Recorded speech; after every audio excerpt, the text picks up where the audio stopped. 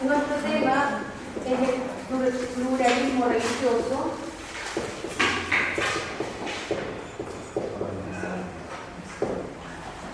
Pluralismo religioso. Hay varias entradas posibles al tema. Yo quisiera proponerles revisar qué ha pasado con el tema, cómo el catolicismo romano ha enfrentado el pluralismo religioso en los últimos 50 años, ¿sí? Y luego intentar ver qué cuestiones más actuales, qué nos sugiere hoy desde las propias praxis, el tema, cuáles son los problemas más urgentes hoy, ¿no? Una vez que hayamos revisado de qué forma se ha comportado en estos últimos 5 años, para poder llegar en lo posible a, espero que no sea tan ambicioso en este espacio, a responder como ¿qué hacer? ¿Qué hacer con un fenómeno que está instalado, ¿no? Entonces, lo primero que yo quisiera es que ustedes mismos me dijeran qué les evoca esta categoría, pluralismo religioso. ¿Qué les evoca? ¿Qué les dice? ¿A qué ideas nos refiere? ¿Qué conceptos asociados encuentran? ¿O qué experiencias? En fin, ¿qué les evoca la categoría de pluralismo religioso?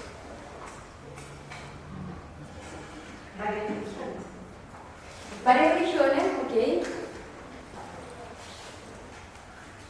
Diversidad de creencias.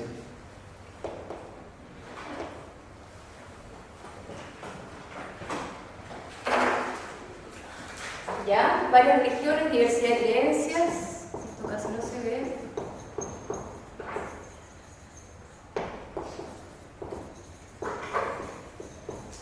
¿Qué más? Religiosidad. ¿Perdón? Religiosidad. Religiosidad. ¿A qué te refieres más específicamente con esto? Que en el fondo no se adscribe a una religión en particular, sino que toma ¿Ya? algo de varias. ¿Qué más? Diferentes miradas de lo sagrado.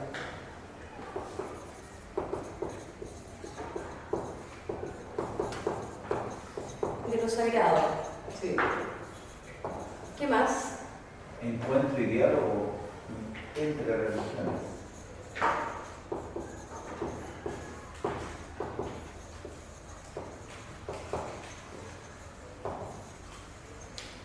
¿Ya? Varias religiones, diversidad de creencias, religiosidad, miradas distintas de lo sagrado, encuentro y diálogo. Tolerancia religiosa.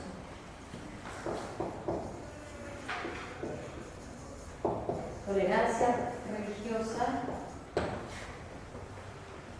No es tan obvio, pero si lo evoca eso, bien. ¿Qué más? Sincretismo. Sincretismo.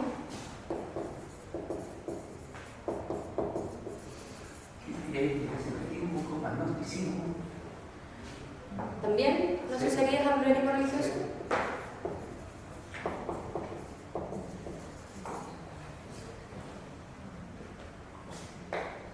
¿Algo más?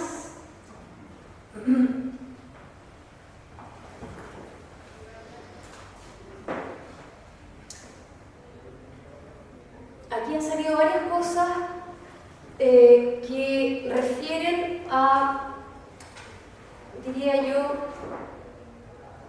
a dos cosas. Podríamos agruparlas en dos temas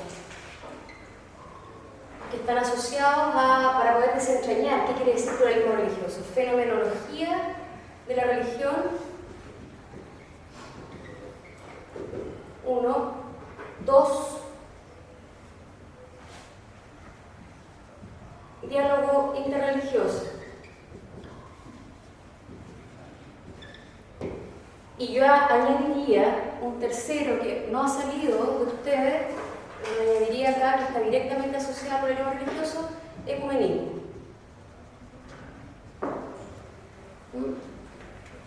Entonces, quisiera que hiciéramos una revisión desde la forma en que ustedes entienden la categoría, o lo que les evoca en primera instancia, que agrupáramos esto en estos tres ejes, ¿no? Fenomenología de la religión, diálogo interreligioso, ecumenismo. ¿Por qué? Porque ciertamente, claro, cuando uno se enfrenta al concepto, uno tiende a identificarlo a veces acríticamente, directamente, absolutamente, a solo una realidad, y es más que solo una realidad. Es más que solo fenomenología de la religión, es más que solo diálogo interreligioso, es más que solo diálogo entre credos cristianos, digamos, confesiones cristianas.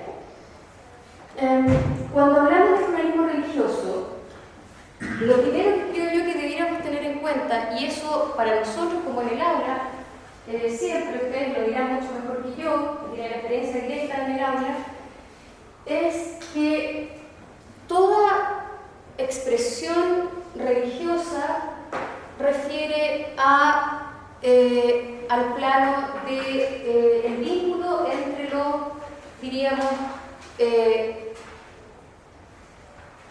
trascendente y lo inmanente, diríamos, ¿no? El mundo nuestro, la inmanencia, y el mundo de lo sagrado, el mundo del totalmente otro, ¿cómo se ha llamado de Aristóteles para adelante? En fin, el totalmente otro, el ente mayor, Dios, lo trascendente, lo sagrado, ¿no? Pero cuando hablamos, claro, de fenomenología de la religión, estamos en primer lugar instalándonos en un terreno en el que estamos todos habitando, de alguna forma, ¿no? Entonces, todas estas categorías de inmanencia, trascendencia, sagrado, profano, rito, mito, formas de expresarnos para referirnos a lo totalmente otro, todo eso está implicado en el pluralismo religioso. Dicho de otra manera, cuando hablamos de que lo religioso es plural, estamos justamente diciendo que no es encasillable dentro de lo religioso, no se limita a una sola institucionalidad, ¿no? Visible, histórica, no se agota allí, en ninguna, ni en ninguna cristiana, ni en ninguna no cristiana. No hay ninguna institucionalidad que pueda darle completa forma a lo religioso, ¿no? Entonces ese es como un primer piso, entender que lo religioso excede todo límite histórico, visible, institucional. Está más allá, porque es algo que no nos pertenece, ¿no? Es algo con lo que nos relacionamos, de lo que queremos dar cuenta. Queremos expresar una relación y queremos expresar deseos incluso. Pero es de algo que está fuera de nosotros. Entonces, esa es una primera cosa, que tiene que ver con fenomenología de la religión. Si afirmamos que existe pluralismo religioso, es precisamente porque hay un dato antropológico, ¿no? Es decir, el ser humano está abierto a el encuentro con un otro. Llamémosle como le llamemos. Se ha llamado Yahvé, Alá, Dios, Dios Trino. Hay un dato que está inscrito en nuestra naturaleza que nos hace estar abiertos y esto adquiere distintas formas históricas. Ese sería lo primero, ¿no? Distintas formas históricas. No hay ninguna que la pueda representar del todo correctamente. Ahora, esto es algo, desde el punto de vista histórico, aceptar que no hay ninguna institución que pueda dar cuenta del todo de lo religioso, es una cuestión moderna, ¿no? En la historia del cristianismo, la aceptación de que es posible expresarse religiosamente fuera de las instituciones, fuera de la institucionalidad cristiana y cristiana católica, desde el siglo XVI en adelante especialmente, eso era inaceptable, ¿no? Entonces, hablar, o sea, de que el hecho de que el pluralismo religioso esté hoy instalado como un dato, está allí, que lo reconozcamos, que seamos conscientes de que existe, de que convivimos en un ambiente plural desde el punto de vista religioso, eso es moderno, ¿no? Y en ese sentido, por eso que las preguntas que ustedes se hacen, que me hago yo, que la Iglesia Católica Romana se hace, especialmente desde el Concilio Vaticano II para acá, son nuevas y están todavía en proceso de ser respondidas, ¿no? Entonces, cuando uno enfrenta el tema de fenomenología de la religión hoy, no es igual a hace 2 siglos atrás. No es igual. O sea, lo que yo les estoy diciendo con toda tranquilidad aquí, mientras me están grabando, de que lo religioso no se agota en una institución, eso es algo que ha sido una ganancia histórica reciente, muy reciente.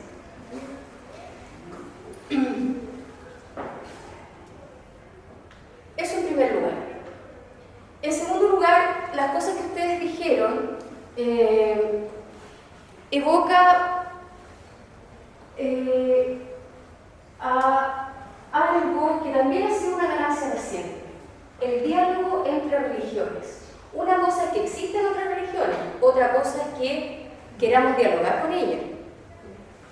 Y otra cosa bien distinta es cómo entendemos el diálogo.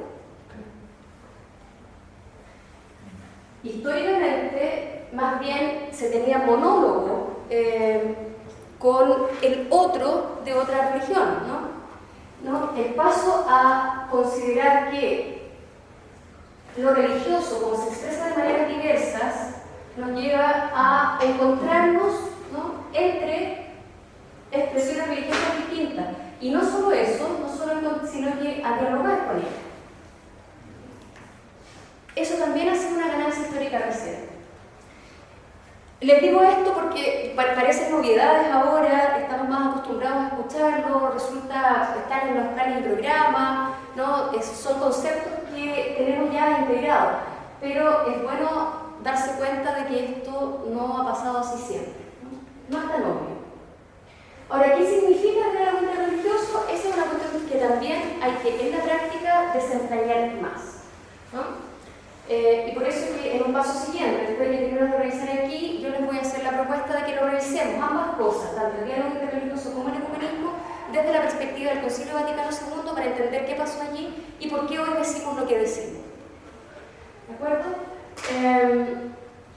Cuando hablamos de diálogo interreligioso así en general, estamos hablando de la apuesta a que hace una religión tradicional, desde el punto de vista cristiano y cristiano-católico, religiones hebraicas, las llamadas religiones hebraicas, religiones monoteístas, ¿no?, que creen en el mismo y único Dios, y que la apuesta a encontrarse y conversar sobre ese Dios en el cual todos creen, el mismo Dios, ¿no? A eso en general nos referimos cuando hablamos de diálogo interreligioso.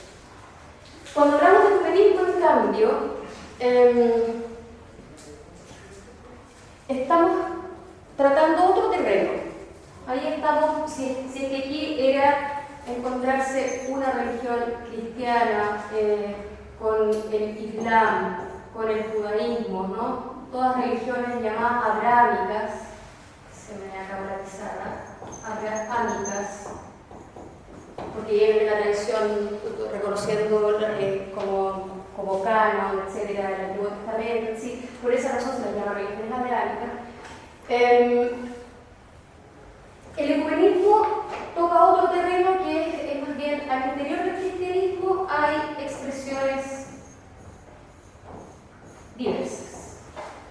Y el ecumenismo, desde el movimiento ecuménico preconciliar, ha intentado que estas distintas confesiones cristianas se unan de alguna u otra manera en conversaciones, en diálogos bilaterales, o sea, de una con otra, o multilaterales de varias a la vez, ¿no?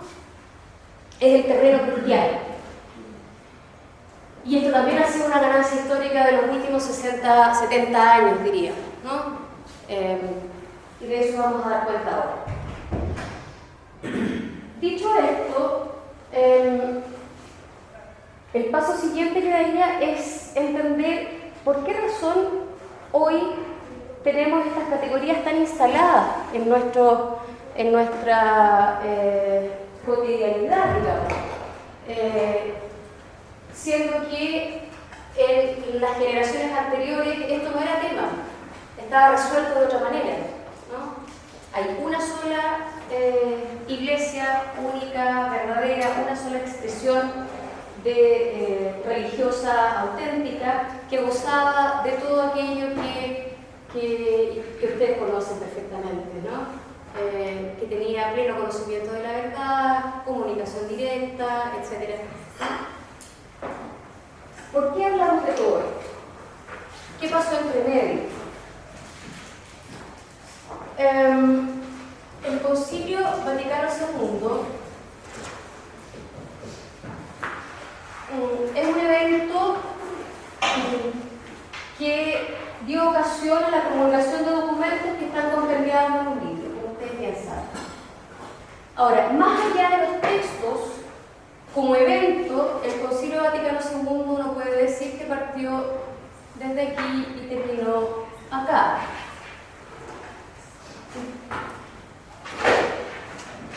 Y fue en este periodo, o sea, estamos hablando de la década del 60, en el siglo XX, en que el catolicismo romano vino a hacerse cargo de un hecho que era demasiado evidente, pero del cual no se había hecho suficientemente cargo en lo absoluto en las décadas de siglos anteriores. El hecho evidente es que, de hecho, había muchas confesiones cristianas y que, de hecho, había tradiciones religiosas que tenían miles de adherentes practicantes, ¿no? ¿Cómo se hizo cargo de esto el Concilio Vaticano II? Y más importante aún, ¿por qué razón? En las décadas anteriores al concilio se empezaron a generar movimientos de renovación. Ustedes conocen bien el movimiento litúrgico, especialmente impactó socialmente. El movimiento litúrgico dio ocasión a la renovación litúrgica que el concilio impulsó después.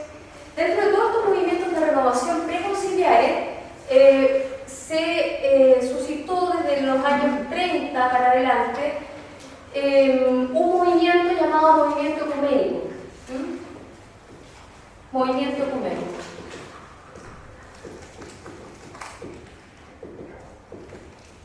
Que tiene sus orígenes en la primera mitad del siglo XX. El movimiento ecuménico es el que posibilitó que el concilio tratara el tema del otro de otra religión y del otro no católico de otra manera. ¿Qué pasó aquí? Muchos de los teólogos y ministros de ese tiempo, varios, se involucraron en un movimiento que pensó que la desunión de los cristianos implicaba un escándalo social, en circunstancias en que, claro, había un mundo fragmentado después de la guerra. Pensaron que el cristianismo tenía que ser más causa de unión que de desunión, y dado que de hecho había mucha desunión al interior del cristianismo, eso era motivo de escándalo. ¿Cómo nos podemos hacer cargo de esto? Ellos empezaron a vincularse entre ellos, ¿no? Y generaron un movimiento de base y un movimiento teológico que empezaron a explorar formas posibles de encuentro, ¿no? Y para eso recuperaron categorías del siglo XVI protestantes u otras de la tradición católica que pudieran ayudarnos a entender por qué el otro puede tener verdad cuando profesa una religión distinta a la mía, en este caso la católica romana. Insisto yo en esto de católica romana para los efectos del tema, digamos. Es importante marcar las diferencias, ¿no? ¿Cuáles fueron los avances que hizo el movimiento ecuménico y que el concilio recuperó y que hoy nos posibilita a nosotros estar conversando de esto? Una de las primeras cosas es que situó al otro distinto, al otro de otra religión no cristiana, al otro cristiano, no católico, y al otro no creyente incluso, lo situó como un interlocutor válido.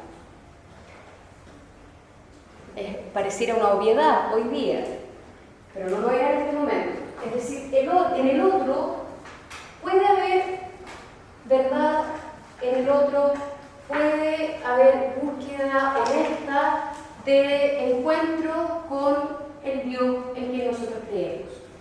Esto tiene una serie de fases, hay muchos trabajos, muchos encuentros.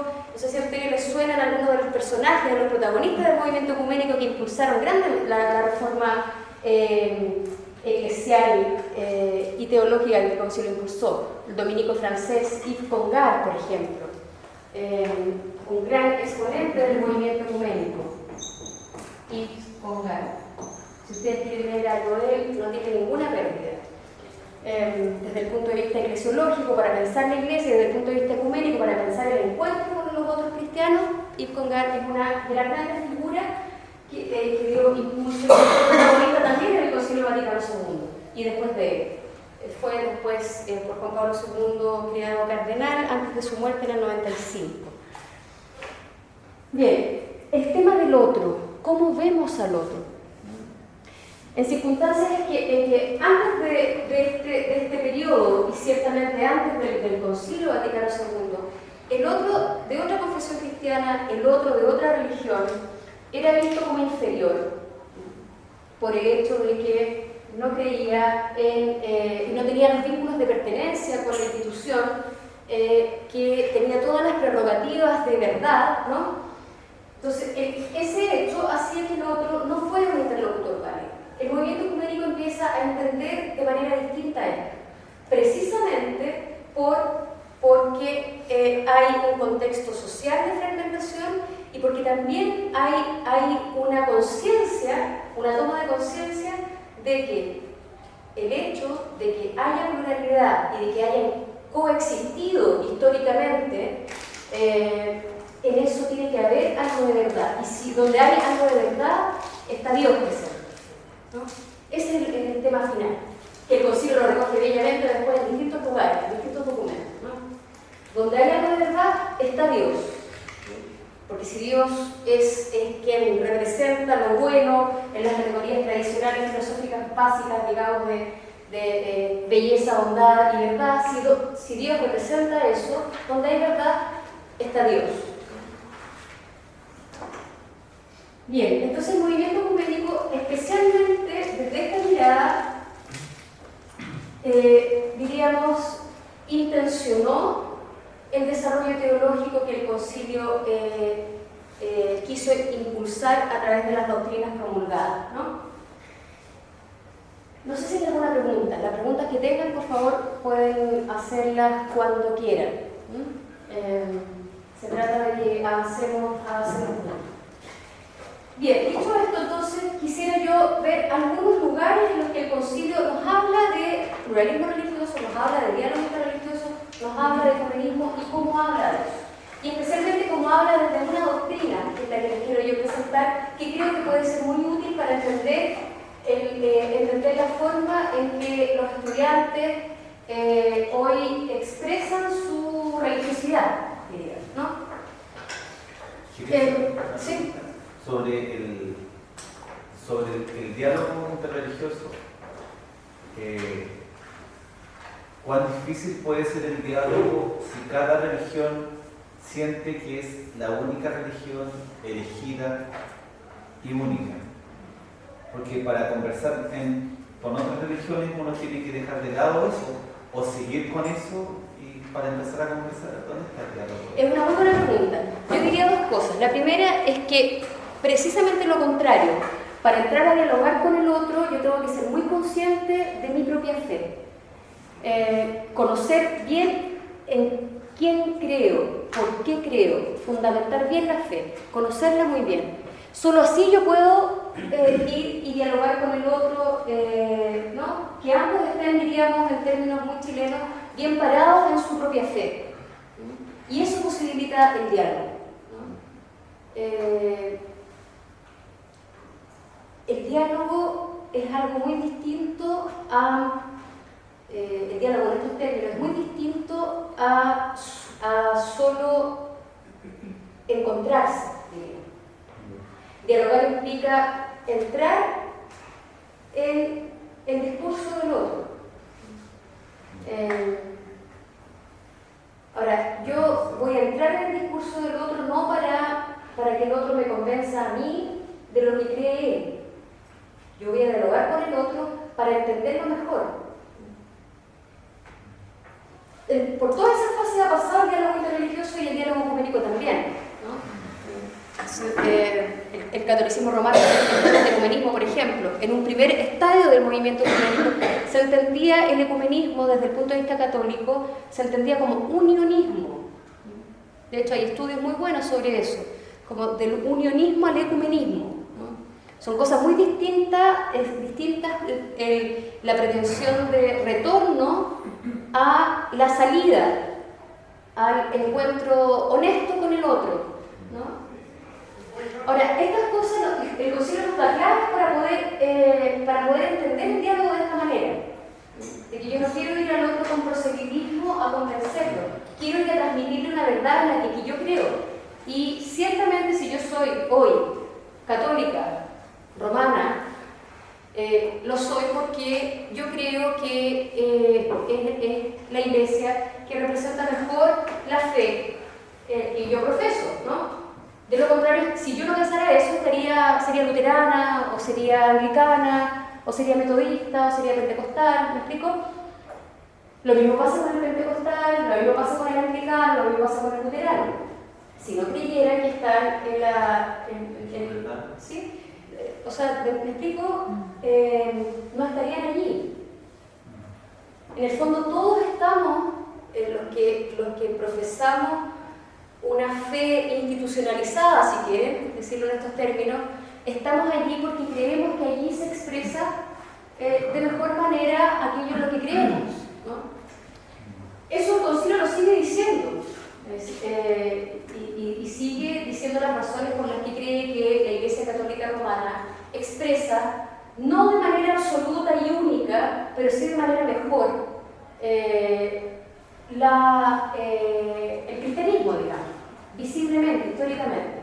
Eso lo sigue diciendo, no es que el catolicismo romano haya renunciado a eso para entrar, ¿no?, en conversaciones con otros. No renuncia, al revés. Lo que hace el concilio, lo que hace la Iglesia a través de esta asamblea episcopal universal, es preguntarse en quién creemos, por qué creemos, para qué creemos, ¿no? Se pregunta, se revisa. La Iglesia se revisa ella misma. Y desde esa mirada profunda a la propia tradición, entiende que esa tradición de alguna forma está igual presente en otros cristianos no católicos. Eso es lo que vamos a ver ahora, en el decreto Unitatis Reintegratio, y que también está presente, no porque ella quiera, sino que por gracia, ¿no?, de Dios, en otras religiones que no son cristianas. Y que también está presente en todos los hombres y mujeres de buena voluntad, que aunque no profesen ninguna, no pertenezcan a ninguna institución, ¿no? Eso lo dice el concilio bellamente, entendiendo que Dios está más allá de la institucionalidad. Quiero ir precisando cosas porque, claro, todo esto no implica ni renuncia a la tradición y a la propia fe, al revés, implica como un sacudirse de cosas que no pertenecen a esa tradición, o sea, el estar enclaustrado, el pensar que somos los únicos que tenemos la verdad. Todo eso dice el concilio y la Iglesia a través de él, que eso en el contexto actual y revisando su propia tradición, eso no corresponde, ¿no? Bien, veamos algunos lugares del concilio, especialmente yo diría, habría más que decir, o sea, habría más lugares que revisar, pero yo quisiera que miráramos alguna cosa de Lumen Gentium.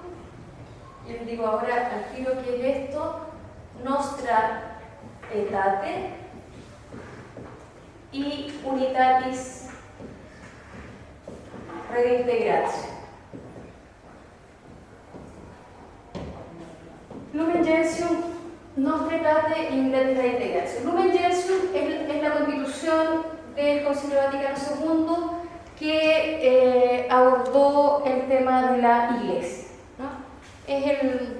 Es la carta magna de eclesiología, diríamos, católica actual, ¿no? Es el documento de más alto rango magisterial que tenemos hasta hoy día, que refiere a cuestiones de quién es la Iglesia, por quiénes está constituida, quiénes pertenecen a ella, cómo se pertenece a ella, ¿no? Nostre Aetate es un decreto cortísimo, es el más corto de todo el concilio, tiene apenas 5 parágrafos, que trata el tema del otro no cristiano, o sea, diríamos, del encuentro entre el cristianismo y las otras religiones. Es entonces el documento que nosotros tenemos que revisar para tratar el tema del diálogo interreligioso. Y Unidades de Integración es el decreto del Concilio Vaticano II que abordó el tema ecuménico, las relaciones intracristianas. ¿Qué pasa en el interior del cristianismo? ¿Y qué pasa en el interior del cristianismo? Especialmente, ¿no?, de todos los cismas históricos, especialmente después de la fractura. Esta fractura hace un retorno del siglo XVI para adelante, que dio ocasión a un despliegue que es imposible de conmensurar, digamos, profesiones de confesiones cristianas diversas, ¿no? Entonces, en estos 3 lugares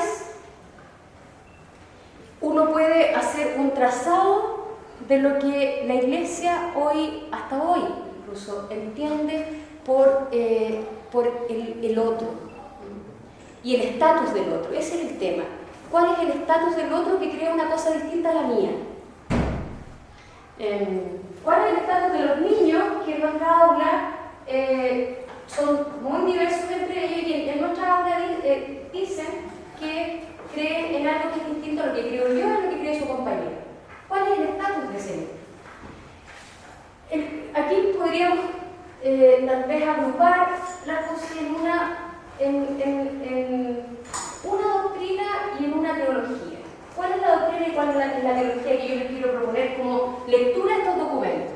Hay distintas entradas dependiendo de los temas a estos documentos. Para este tema yo les propongo lo siguiente: mirar desde el punto de vista de la antropología teológica, mirar qué se dice allí respecto de la gracia de Dios.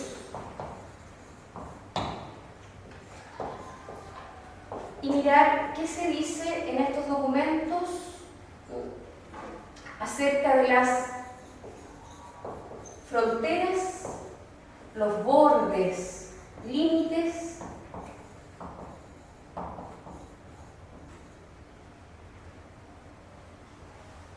ahora me voy a explicar. Con el tema de la gracia de Dios, aquí estoy tocando un punto que es crucial para todo el concilio, no solo en estos documentos, presente en Gaudium et Spes, con mucha fuerza también. Es fundamental para entender por qué la Iglesia Católica, desde el Concilio Vaticano II hasta ahora, se ha descentralizado, ¿no?, o ha dejado de mirarse a sí misma y como de una forma gráfica para expresarlo, levantó la cabeza y miró a los demás, y miró al mundo de otra manera, ¿no?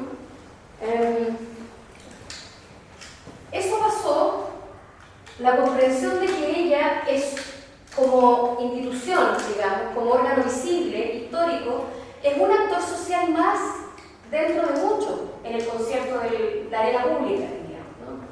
No es el único, ¿no? En época de cristiandad, la Iglesia Católica tenía, además de la autoridad religiosa, que posibilitó muchas cosas, misiones, etc., además de la autoridad religiosa tenía mucho poder político.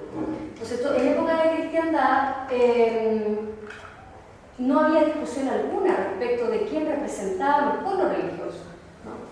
El concilio quiere romper con la época de cristiandad, dicho de manera muy sintética, y lo que hace es reconocer algo que le pertenece a su tradición, no es algo nuevo. Recupera cosas bíblicas y patrísticas y sostiene claramente y bellamente que Dios actúa más allá, que la gracia de Dios está presente más allá de los límites, de las fronteras, de los bordes de una institucionalidad, ¿no? Entonces ese es un dato teológico que es transversal, ¿no? en los documentos conciliares. La apuesta de los padres conciliares entonces fue a que miráramos al mundo y lo que acontece en el mundo como signos de la presencia de Dios en la historia. Toda la teología de los signos de los tiempos del concilio tiene que ver con esto. ¿Por qué el concilio llama a recuperar esa categoría bíblica? Porque allí, o sea, en esa otra institución religiosa hay signos de la presencia de Dios. Dios está actuando allí también, como está actuando en las búsquedas religiosas no institucionalizadas. De una forma que tenemos que descubrirla, ¿no? Tenemos que discernir la presencia de Dios ahí. Hay ciertos criterios para hacer eso. Hay que discernir la forma de actuar de Dios en la historia. Pero Él está más allá de cualquier institución. Eso es lo que dice básicamente.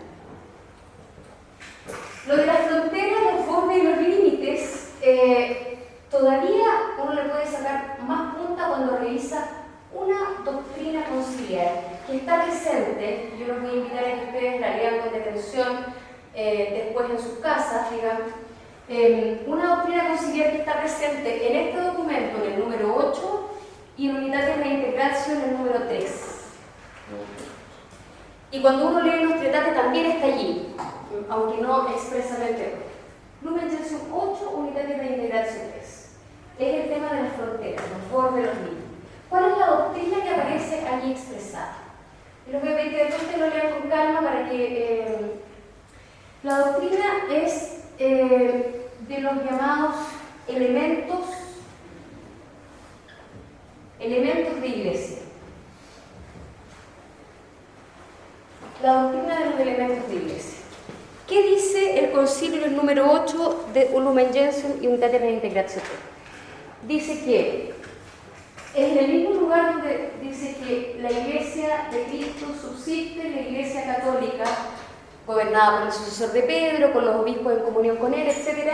Aunque, y esto es lo más importante, aunque hay elementos de santificación y de verdad presentes más allá de las fronteras visibles de la iglesia católica. Eso lo dice Lumen Gentium 8. Dice, aunque hay elementos de santificación y de verdad, más allá de las fronteras de la Iglesia Católica. Unitatis Reintegratio 3 repite lo mismo, pero además enumera esos elementos, algunos de esos elementos, y deja la lista abierta para el desarrollo teológico y doctrinal posterior. Dice que esos elementos, claro, o sea, es tan amplio como elementos visibles, como la palabra de Dios, pero de elementos invisibles como la vida de la gracia, la fe, la esperanza, el amor. Es un elemento de iglesia. Cuando habla aquí el concilio de iglesia, está hablando de la iglesia de Cristo, que no la identifica de manera inmediata, directa, con la iglesia católica romana. O sea, en el fondo lo que está diciendo aquí está haciendo un reconocimiento explícito del concilio de la presencia de eclesialidad más allá de las paredes de la Iglesia Católica Romana. No obstante, el concilio también sostiene que a la vez de reconocer que hay elementos de santificación y de verdad y elementos de la Iglesia de Cristo en anglicanos, luteranos, metodistas, pentecostales, etc., además de eso, dice que esos elementos se expresan de una manera histórica, visible, mejor, un poco más plena en la Iglesia Católica Romana por la sucesión apostólica y etc.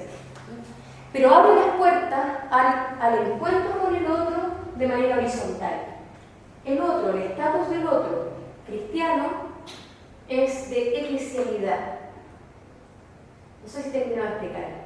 Es decir, en la otra confesión cristiana yo puedo reconocer elementos de la verdadera Iglesia de Cristo, de la misma Iglesia de la que yo soy parte, ¿no? Eso significó un avance cualitativo respecto de la doctrina anterior, de la doctrina católica anterior. ¿Por qué? Porque la doctrina católica anterior a esta, no hay una ruptura completa, o sea, hay una continuidad, diríamos, se dice una continuidad discontinua, diríamos. O sea, se sostenía que la Iglesia de Cristo era igual, la Iglesia de Cristo es igual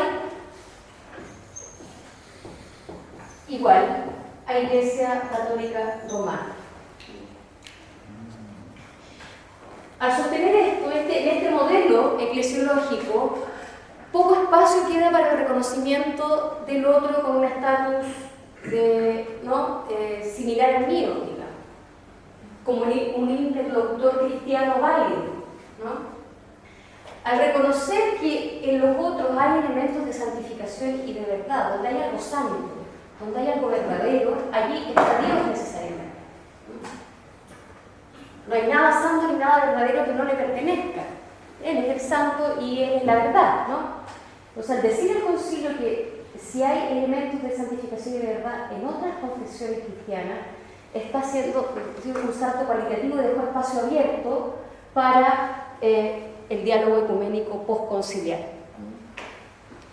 que ha tenido despliegues diversos y momentos de más tropiezos, de menos, pero ha seguido en esa misma dirección, digamos. Es decir, en el desarrollo ecuménico postconciliar ya no ha habido una búsqueda de unionismo necesariamente, no ha habido necesariamente y siempre una especie de, como fue llamado en teología preconciliar, ecumenismo de retorno, o sea, llamar a la vuelta a Roma como el único posible camino de unidad de los cristianos. Ese es un modelo de ecumenismo posible y que estaba muy instalado en el preconcilio y todavía en el concilio en algunos y todavía en el postconcilio por algunos también. La única forma de unidad cristiana es retornar, ¿no? Quienes se fueron tienen que volver y de esa forma entonces vamos a expresar mejor nuestra fe. Siguiendo las huellas de esta doctrina conciliar, esto es enseñanza de la Iglesia, no es una teología peregrina de algún teólogo, o sea, no es una idea peregrina de algún teólogo suelto, digamos, es enseñanza de la Iglesia. Siguiendo esa huella, oficialmente el Pontificio Consejo para la Unidad de los Cristianos, que trata el tema nuestro de hoy día, ha desplegado una serie de iniciativas para el diálogo a nivel cristianismo y otras religiones y para el diálogo intracristiano. Diálogo, como les decía yo, de carácter bilateral, o sea, Iglesia Católica Romana y Anglicana, o Iglesia Católica Romana y Luterana, etc., o multilateral, entre varias confesiones cristianas en torno a un mismo tema. La Eucaristía, el bautismo, especialmente han sido revisitados después del concilio con esta nueva mirada, intentando, cada uno bien puesto en su propia tradición, intentando explorar mejor qué significa estar bautizados, por ejemplo. Si todos hemos sido sumergidos en la misma agua, digamos, ¿no? Y ungidos por el mismo aceite en la tradición cristiana. ¿Qué significa eso? Más que entonces buscar aquello que nos divide, se ha buscado aquello que nos une, que nos hace semejantes, que hace que efectivamente podamos visibilizar en la historia estos elementos que no le pertenecen a ninguna de estas instituciones en particular, a ninguna, sino que le pertenecen a la verdadera Iglesia de Cristo, aquella que fue fundada y que ha seguido en la historia perviviendo en expresiones históricas diversas, ¿no? Eso es lo que hace el concilio, en general. No sé si hay alguna pregunta respecto de esto. Sé que son varias cosas, pero me interesaba que exploráramos primero tuviéramos como un piso para entender que el tema es un tema que desde el punto de vista histórico es nuevo. Es nuevo que se considere tema, ¿no? Es nuevo que exploremos de qué manera responder a esta pregunta. No nos tenemos que preguntar por si existe o no existe, eso es un hecho, es un dato, está allí, convivimos, eso. Nos tenemos que preguntar más bien qué hacer y cómo hacerlo para que la convivencia de esto resulte provechosa, ¿no? En la cotidianidad, digamos. Si la búsqueda religiosa es un dato nuestro, cada uno lo tiene inscrito y es diversa, ¿qué hacer para que esto sea fecundo en el fondo, ¿no? No sé si hay preguntas. Sí, es inmediatamente el tema, ¿cómo se invita, no sé, por ejemplo, a alguien que no es creyente? De la mirada del Vaticano II, se me viene a la mente una situación que me ha pasado los años que llevo haciendo clase, trabajo en un colegio municipal. Y resulta que de los años, primer año que me aparecen niñas que me dicen, yo no creo en Dios. Primer año, llevo algo. Y eso me ha sorprendido. Entonces ahí he comenzado, a pesar de que dentro de la sala de clase de 30, 40 niñas, tengo niñas testigos de Jehová, niñas evangélicas y católicas. Pero primera vez que me aparecen niñas que me dicen, yo no creo en Dios. Entonces pensaba en esa parte que el Vaticano II pudo enfocar al que no creía, o sea, cómo lo involucró, cómo lo invitó. Sí, el concilio tiene palabras para los agnósticos, para el no creyente, especialmente en Gaudium et Spes. No sé si ustedes se han asomado a Gaudium et Spes, la constitución pastoral sobre Iglesia y Mundo del concilio. Es una bella constitución, tiene dos partes, una más doctrinal y otra muy pastoral, muy aplicada. Y en esta parte precisamente aborda el tema de la no creencia. Y claro, allí sostiene dos cosas. La primera es que la no creencia, la Iglesia dice en muchos de los casos actuales, como en la década del 60, la no creencia tiene que ver con la falta de un apropiado método de evangelización. Es decir, se responsabiliza de que la misión se ha fallado, hemos fallado. En el fondo asume la culpa. Porque una de las causas de la no creencia y una de las causas del agnosticismo es que en la transmisión de la fe en la que creemos y en el testimonio especialmente de la fe en el Dios en quien creemos, hemos fallado. Y en la falta de testimonio, entonces el otro no ha podido creer, no ha podido adherir a esta fe porque no hemos buscado nada en el fondo, ¿no? Por otro lado, también sostiene que, por lo tanto, entonces no demoniza, diríamos un término. No demoniza al que no cree o al que para quien el tema Dios es indiferente, el agnosticismo, ¿no? Hay diferencia ahí, ¿no? No demoniza esa realidad, la reconoce, hace una mea culpa y además dice que una de las formas que allí uno encuentra un buen lugar para poder entender mejor la fe y para poder preguntarnos mejor nosotros y profundizar más cuál es la fe que tenemos, ¿no? Cuando nos encontramos con el que no cree, que nos hace preguntas acerca de quién creemos, nosotros podemos profundizar en nuestra propia fe. Es decir, es una ocasión de evangelizarnos a nosotros mismos, de vuelta, ¿no? Nos cuestiona el otro que no cree. Especialmente a nosotros que hemos crecido, nacido y crecido en un continente y en un país que es creyente, ¿no? El fenómeno de la no creencia en Chile es muy reciente, digamos, la no creencia más como corporativa, diríamos, ¿no? Con más adhesión. Entonces, claro, es una ocasión para profundizar en la propia fe. no hay intención en el concilio de la búsqueda de la conversión del otro, más bien lo trata como un hecho, como un problema nuestro y como una ocasión para que nosotros nos entendamos mejor, ¿no? Diga. Sí, el año pasado yo tenía un estudiante anglicano y era un niño como de séptimo básico.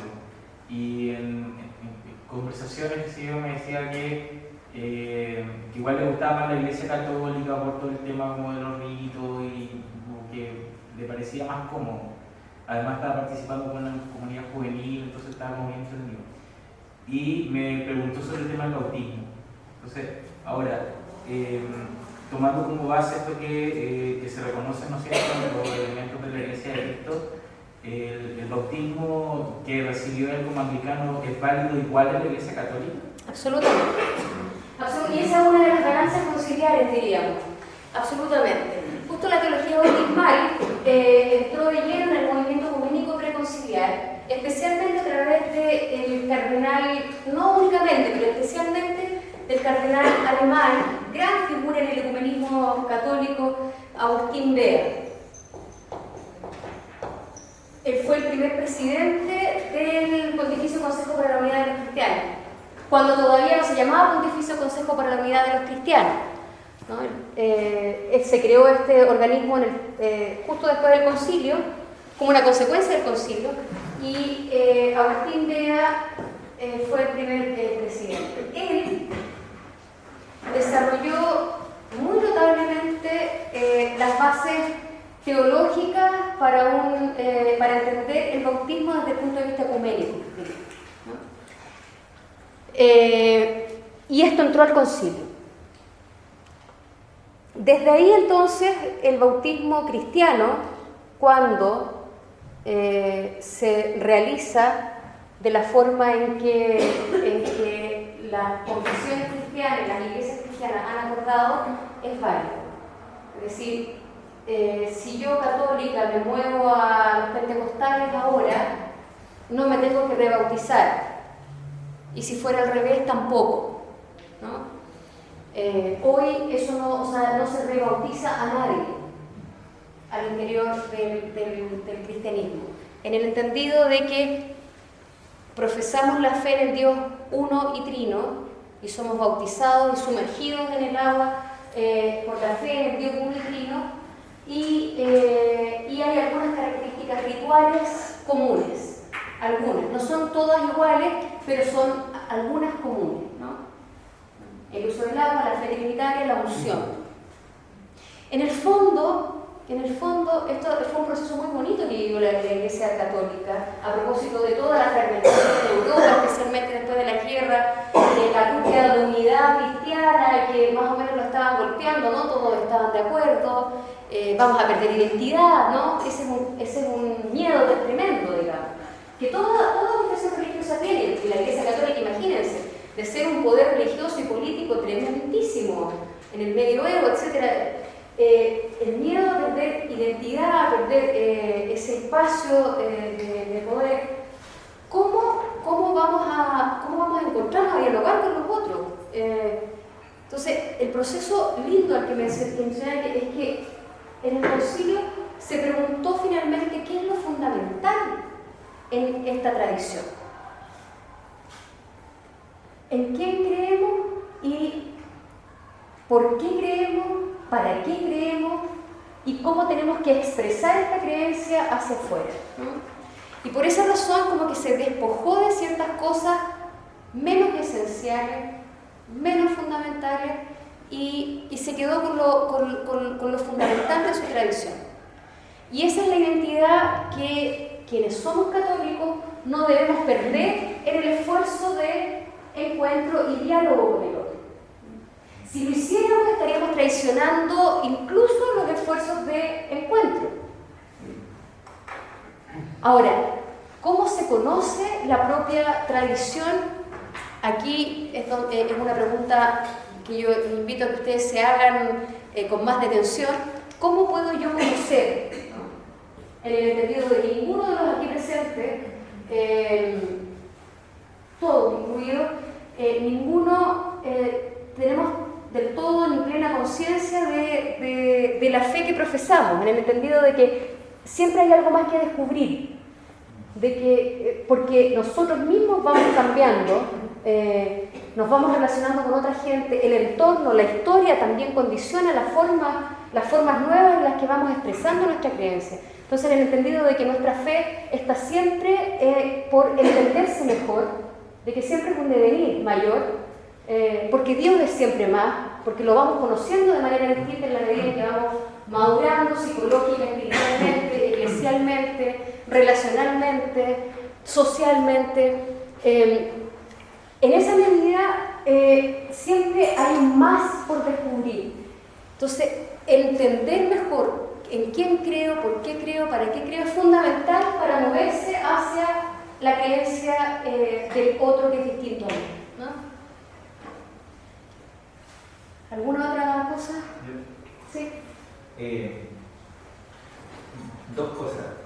Primero, o sea, creer en no solo Dios, ¿ya? ¿Cómo llegamos al diálogo, especialmente con nuestra tradición mapuche, cuando el Dios para ellos es la Pachamama, ¿ya? La Madre Tierra, ¿ya? Eso uno, y lo otro por pensar en las cosas que más nos une y cosas que nos separan, la Virgen María en el mundo católico. Yo siento que la Virgen, o la imagen de la Virgen María, no como católico, pero sí cuando empezamos a hablar con otras religiones, la Virgen católica, o sea, la Virgen de María, como que causa un poco de quiebre con las conversaciones. Gracias. Y de ahí voy a agrupar. Quizás en esa línea es quizás el error que a veces hay en sectores de nuestra Iglesia Católica cometen de poner la experiencia de María por sobre Dios, porque eso pasa, y eso es fuerte a veces. Creo que esa es la línea, diríamos, disculpa, del maximalismo mariano en la época conciliar. Había como dos corrientes, maximalismo y minimalismo. Eso es decir, existe, claro, y la ponen por sobre Dios. Entonces, claro, en esa el tema de devoción a veces contraponen con la experiencia, porque los hermanos evangélicos o protestantes, ellos tienen presente a María, Madre de Jesús.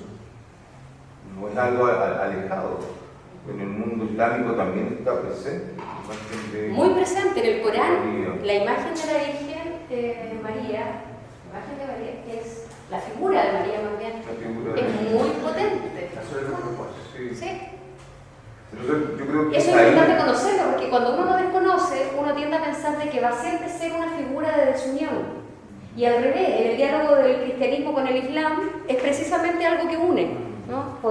Pero en esa línea, yo creo que cuando a veces, como católicos, ponemos a otra experiencia por sobre Dios, le hacemos Dios.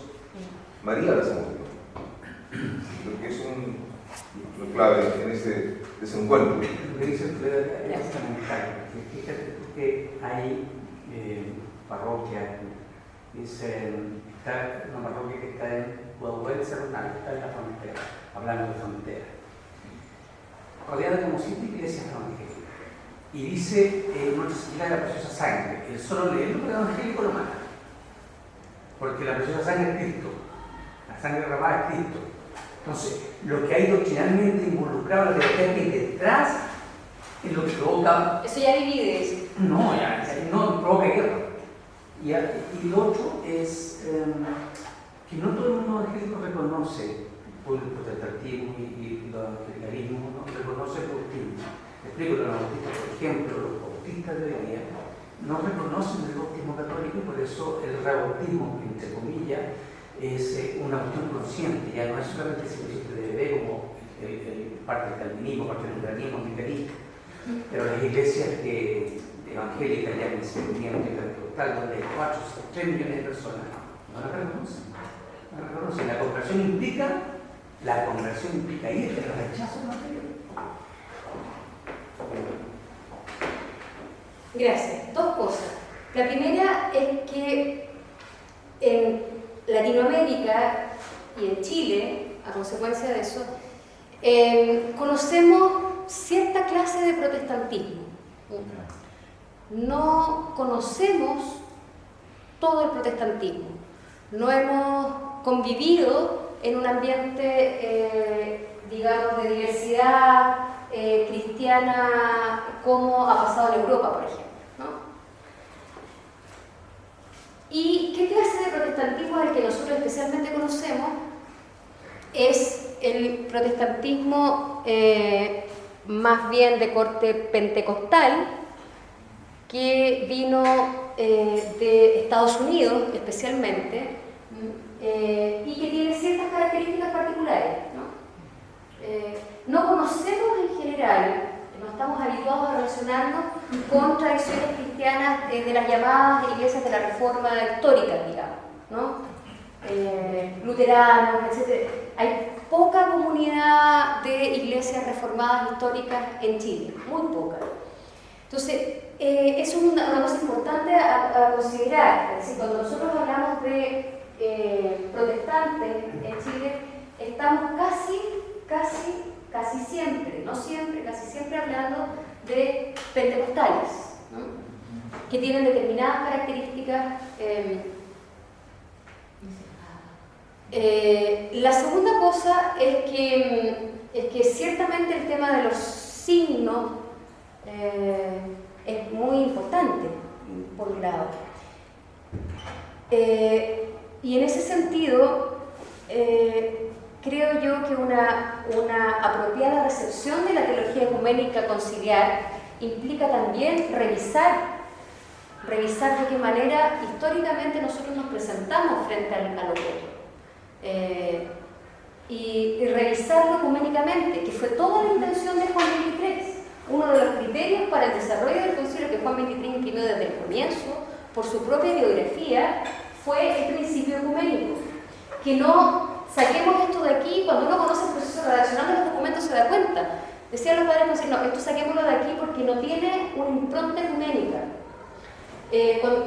Despojemos la Mariología, por ejemplo, que fuera incluida la Mariología dentro de la eclesiología, en la Constitución Lumen Gentium, y no se le destinara un documento aparte a María, eso ahí ganó, diríamos, la corriente minimalista mariana, que intentaba justo situar en el lugar que le corresponde, pero no más allá, la figura de María, ¿no? Frente a un grupo que más bien quería que se le asignaran otros títulos a la Virgen, que se le tratara un documento aparte y que donde se corría el riesgo, y lo vieron clarísimo allí, de que finalmente se situara la figura de María en paralelo a la de Cristo, o en algunos casos incluso casi más arriba, inconscientemente pero más arriba. Entonces, en ese sentido el concilio se hizo cargo de eso. Ahora, en la recepción postconciliar, todavía estamos en ello. Y en ese sentido nosotros tenemos tremenda responsabilidad. Primero, en que esto se conozca, y en segundo lugar, en que se reciba de la mejor manera en la práctica, en lo concreto, en lo cotidiano, incluso en el cambiar de nombre a una parroquia. O sea, hasta eso podría ser revisado a la luz de la teología ecuménica conciliar. Y podría ser revisado sin ningún problema, si es que nos pusiéramos en esa sintonía, ¿me explico? Los padres conciliares tuvieron esa delicadeza de pensar esto a los hermanos de otras confesiones cristianas les va a causar problemas. Ustedes saben que en el Concilio Vaticano II, por primera vez en la historia de las asambleas episcopales universales, había presencia de observadores no católicos que fueron invitados expresamente por Juan XXIII a través de Agustín Bea, y un holandés, este es alemán, y Johannes Williams, un holandés. Especialmente fueron invitados a la asamblea conciliar para que, y ellos claro no tenían derecho a voto en el aula, pero en todas las conversaciones de pasillo se los informaba semanalmente de la evolución, influyeron en este documento decisivamente. Como uno de ellos. Bicep-Toft, el gran impulsor del Consejo Mundial de Iglesias, también, etc. ¿no? Patriarca, ortodoxo. Entonces, eso es Entonces fue un signo potentísimo ecuménico de entrada.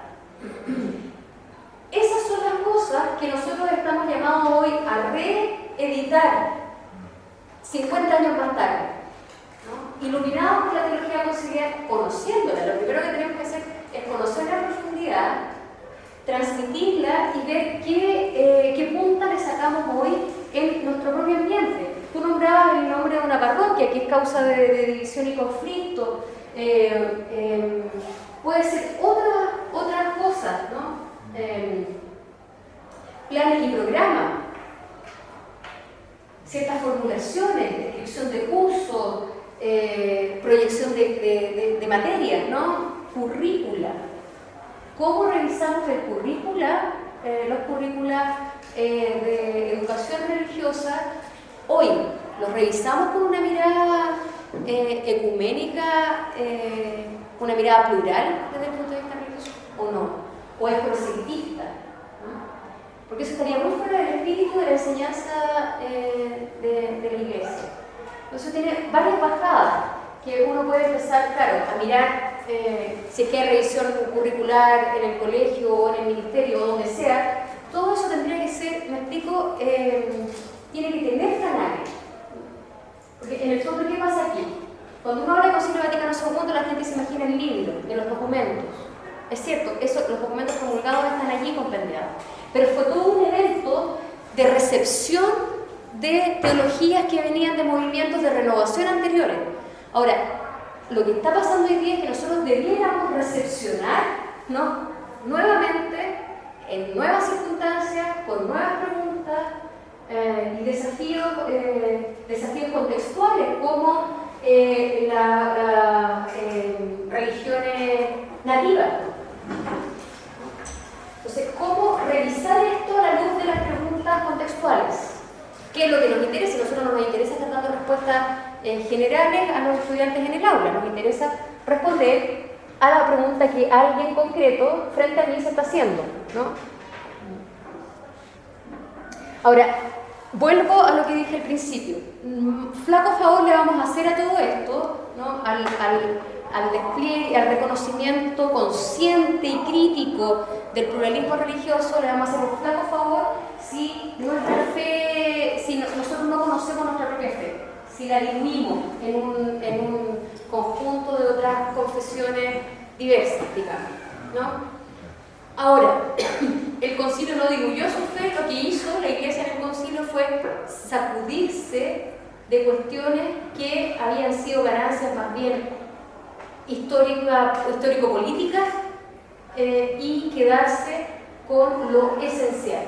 Y ese proceso, a mi juicio, todavía nosotros en la bajada no lo hacemos del todo. Defendemos la institucionalidad acríticamente muchas veces. Entonces, en ese sentido, claro, uno entiende con el amor a la Iglesia que uno le puede tener, que le debemos tener, ¿no? Uno tiene que entender cuál es esta Iglesia y qué es lo fundamental de ella. Y el resto, ¿no? Y eso en la Iglesia de la comunidad parroquial, la Iglesia de la comunidad educativa. ¿Hay alguna pregunta? Parece que hay una mano atrás. ¿Sí? Quería plantear una situación que se me ocurre a partir de lo que estás diciendo respecto a la en cierto péndulo que tiene, parece, la Iglesia Católica. Hay una constancia, no por todo generalizada, pero algunos piensan que con Juan Pablo II más bien la Iglesia tiende a cerrarse. Y ahí hay un péndulo que va hacia otro lado. Pensemos en la nominación de ciertos obispos o de temas que son más bien como de defensa o de trinchera respecto de temas más sociales, qué sé yo. Y pareciera ser que también, si bien el Concilio Vaticano fue una apertura, hay otros momentos históricos más recientes que son más bien ahí. Incluso frente a cierta teología latinoamericana se te mira con sospecha. Y ahí tenemos una situación donde quizás no nos favorece, como que se restó ese pluralismo. una cierta percepción de una iglesia todavía trincherada, una iglesia poca dada con temor, creo, frente a todos los ismos. Y aquí me refiero a, por ejemplo, Bernardino Piñera, cuando decía, mira, la iglesia católica frente al agnosticismo, al racionalismo, al comunismo, al marxismo, etc., siempre tuvo una actitud de defensa, como de rechazo. Y al final decía, ya saben que nos ha hecho tan bien. Porque cuando apareció el marxismo, se le condenó, y hoy día nos ha hecho avanzar. Entonces, hay momentos de cerrazón más que de apertura. Hoy día, pareciera ser que estamos en un momento de apertura para poder dialogar con el mundo, estamos de vuelta en esta situación. Y en América Latina, ¿cuál es la recepción que puedes tener tú hoy día frente a un diálogo ecuménico o pluralista en América Latina y en Chile? Ya, son dos preguntas re interesantes. La primera tiene que ver con qué pasó en la recepción del concilio en los pontificados postconciliares, ¿no? Y la segunda tiene que ver con el estado actual del ecumenismo en general y en Latinoamérica y en Chile en particular.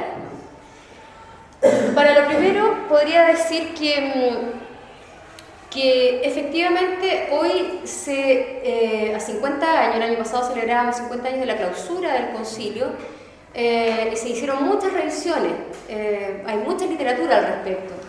Se lee críticamente los dos pontificados postconciliares pasados y también no hay todavía objetividad ni instancia histórica para leer el pontificado actual, pero también se han hecho ya algunas lecturas de los inicios, ¿no? Entonces, efectivamente, hay en cierto ambiente un consenso en que en la recepción de esta teología y otras postconciliares que implicaron una renovación en el momento, hubo una especie de ¿cómo se dice? No se detienen, de frenazo y de intentos de retroceso en algunos documentos magisteriales postconciliares y ¿para qué vamos a hablar en teología? En teología ya todavía se abre mucho más del campo, pero para solo referirnos al magisterio, a la enseñanza de la Iglesia. En algunos documentos posteriores al concilio se advierte una especie de retroceso, una especie de frenazo, ¿no?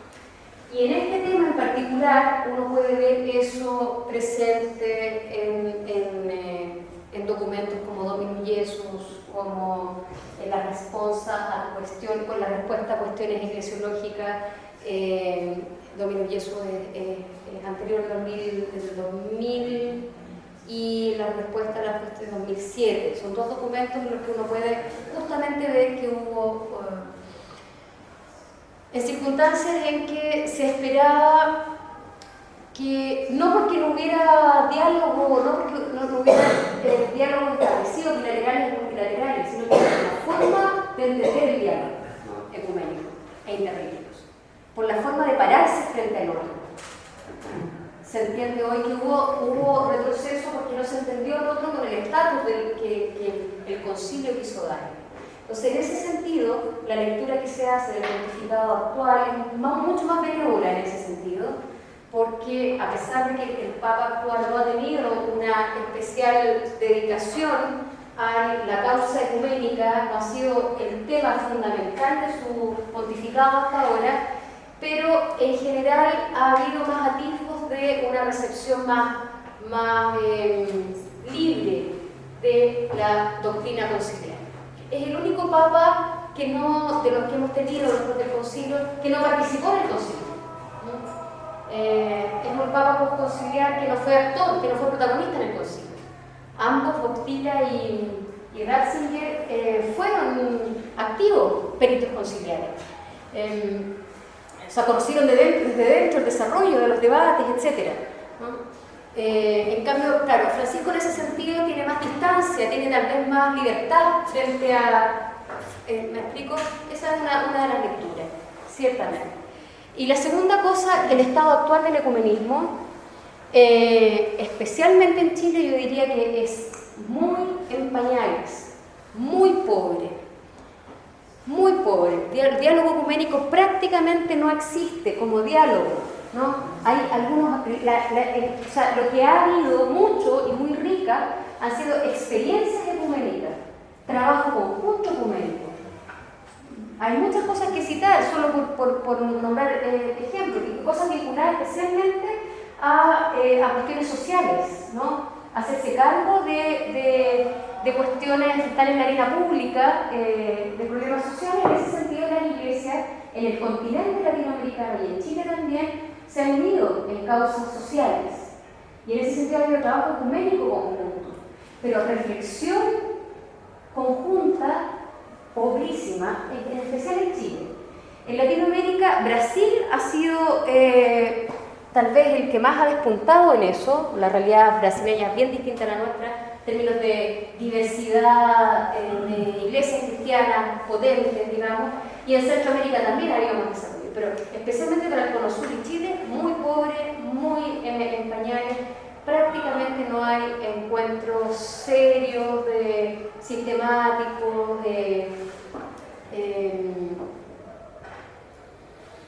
eso, o sea, uno puede citar ejemplos de experiencias hay instituciones que se han dedicado a trabajar más ecuménicamente, pero en prácticas ecuménicas, que está bien, y yo diría que eso es lo que uno puede recoger con más riqueza de la tradición nuestra, digamos, de ecuménica. Todo el Comité Pro Paz fue creado por iniciativa ecuménica, y todo el trabajo que se desarrolló después, el Comité Pro Paz y la Vicaría para la Solidaridad, fue hecho en equipos ecuménicos, en grupos ecuménicos. Pero no, o sea, hay muchísimo que hacer en eso. Y en ese sentido, formar a los estudiantes con una con apertura, en el fondo, hacia el otro, ¿no? Sin temor, formarlo con conciencia crítica, formarlo con conocimiento de su propia fe, para que pueda pararse frente al otro con tranquilidad, con libertad, sin miedo, en el entendido de que está mirando al otro como con un estatus igual al de él, que expresa la creencia de una manera diversa, ¿no? Y en ese sentido hay mucho que hacer. O sea, esto no el que salgamos de estar en pañales no se hace de un día para otro ni se improvisa, digamos, o sea, se hace desde el aula. No puede ser distinto, sí. Una experiencia corta. A mí me parece que el tema del currículum es vital. Y yo cuando llegué al colegio, yo lo primero que dije, yo quiero libertad de cátedra. No hago religión. No hago religión. Hacer filosofía de religión, teología de religión, que los niños aprendan a pensar por qué creen lo que creen. Y cuál es el nicho donde pueden hacer con el otro. Y a mí la palabra se repitió como 4 veces acertar. Y a mí me recuerda a Maquiavelo, pero no en el sentido malo, sino que la palabra que está mal traducida, donde nace el Estado, viene esta palabra Estado. Entonces, tengo a muchos, el 70% de los colegios católicos son evangélicos, donde estoy yo. Entonces, sociológicamente, el estatus desde la mirada hacia el católico es una institución grande. O sea, nunca el evangélico, desde el punto de lo sociológico, va a verse en el mismo nivel que el católico porque la institución es más grande. Entonces, cuando no se reconoce el Estado, y porque socialmente se dice que la iglesia, claro, como igual ahí está un problema grave, ahí hay un problema grande. Entonces, yo pienso que por ahí va, esto de las fronteras, pero no solamente con el otro, como que el otro fuera ese otro justamente. Si ese otro es mío. Pero cuando tú hablabas de diálogo de mente, disculpa que me haga bien, pero diálogo, yo siempre hablaba, yo digo, esto no es una conversación, no es nada de diálogo, le digo un acercamiento a. luego a la palabra, o sea, a la intimidad del otro. Más que poder entender al otro, voy a la intimidad del otro para poderme relacionar bien, que es distinto. Y cuando tú llegas en eso, recién ahí puedes hacer que el estatus, en la mirada, digamos, sea horizontal. puede hacer exacto. Y no la institución de claro, porque ellos ven desde ¡pum! Media cuestión de Roma, por ejemplo, versus una iglesia local chica en la medio de la población. Entonces, eso no es igualitario, por ninguna parte. Y los chicos lo sufren. No lo dicen, no lo saben expresar muchas veces porque son colegios de la educación, pero lo sufren. Pero en ese sentido ustedes tienen una gran tarea de que romper con esto que en el fondo es un peso social igual, que progresivamente creo yo que se ha ido dibujando de otra manera. Es decir, los índices hoy nos dicen claramente que el protestantismo va creciendo sostenidamente, la pertenencia a la iglesia formal católica ha disminuido, la no creencia también ha aumentado en los indicadores. Entonces, el dibujo social va cambiando. Ahora, las mentalidades es difícil de cambiarlas, por lo tanto no podemos seguir reproduciendo más de lo mismo. No podemos formar a los niños de la misma forma que nos formaron a nosotros, ¿no? Yo fui formada, criada católica y tenía pueblos católicos a mi alrededor. Para mí solo existía la Iglesia Católica Romana, ¿no? O sea, ni siquiera romana, era la iglesia, esa era la iglesia, ¿no? No podemos seguir formando de esa manera, es decir, tienen que conocerse a sí mismo, conocer su tradición, conocer que existen otras. Si conocen que existen otras y se preguntan críticamente por los fundamentos, ¿no? Para tal o cual creencia, van a poder enfrentarse con libertad a este dibujo social que es siempre distinto. Creo que se nos acabó el tiempo completamente, ¿verdad? Sí. Solamente, pero es cierto que al interior de nuestra iglesia lo inclusivo es un tema muy complicado. Incluso en este tema de la misión que hemos estado viviendo en la Iglesia Católica ha sido más bien mirado desde la base de un recuperar a la gente que se ha ido. Y no un encuentro, un sentarnos a conversar. Claro, el diseño, y es un tema súper complicado. El diseño pastoral, todo debiera ser revisitado, y es algo que está haciendo Francisco bajo varios aspectos. Está revisitando el concilio para hacerse cargo de preguntas actuales, porque se da cuenta de que allí hay mucho todavía que no ha sido para nada explorado. Entonces, yo creo que ese es un ejercicio que conviene hacer, porque tenemos ahí una riqueza tremenda, inexplorada. Pero hay que estar con sentido atento frente a eso, ¿no? Sobre todo ahí y en la cotidianidad, digamos, ¿no? Bien, les agradezco su tiempo y espero que hayamos, bueno, siempre da para mucho más. Que hay preguntas, también me quedan ganas de seguir hablando, pero ya se nos